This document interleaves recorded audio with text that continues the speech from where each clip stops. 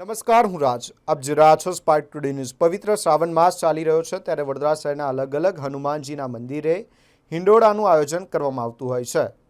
સનાતન સંસ્કૃતિમાં પવિત્ર શ્રાવણ માસનું ખૂબ જ મહત્વ રહેલું છે. ત્યારે પવિત્ર શ્રાવણ માસ નિમિત્તે રાજમહેલ રોડ હાથી પોળના નાકે આવેલા શ્રી કષ્ટભંજન દેવ હનુમાનજી મંદિર ખાતે આજે વિવિધ પ્રકારના ફ્રૂટના હિંડોળાનું આયોજન કરવામાં આવ્યું હતું, જેમાં મોટી સંખ્યામાં ભક્તો ઉમટી પડ્યા હતા અને હિંડોળા દર્શનનો લાભ લીધો હતો. જી, રાજમહેલ રોડ પર સ્થિત હાથીપોળ નાકા પર માર્કેટ પોલીસ ચોકીની સામે કષ્ટભંજન હનુમાનજી મહારાજનું મંદિર આવેલું છે, જેની અંદર શ્રાવણ માસ નિમિત્તે આજે ફ્રૂટનો હિંડોળો રાખેલ છે.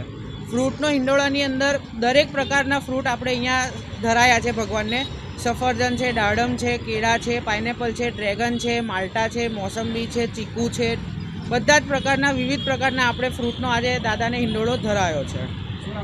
સંસ્કારભાઈ ત્રિવેદી.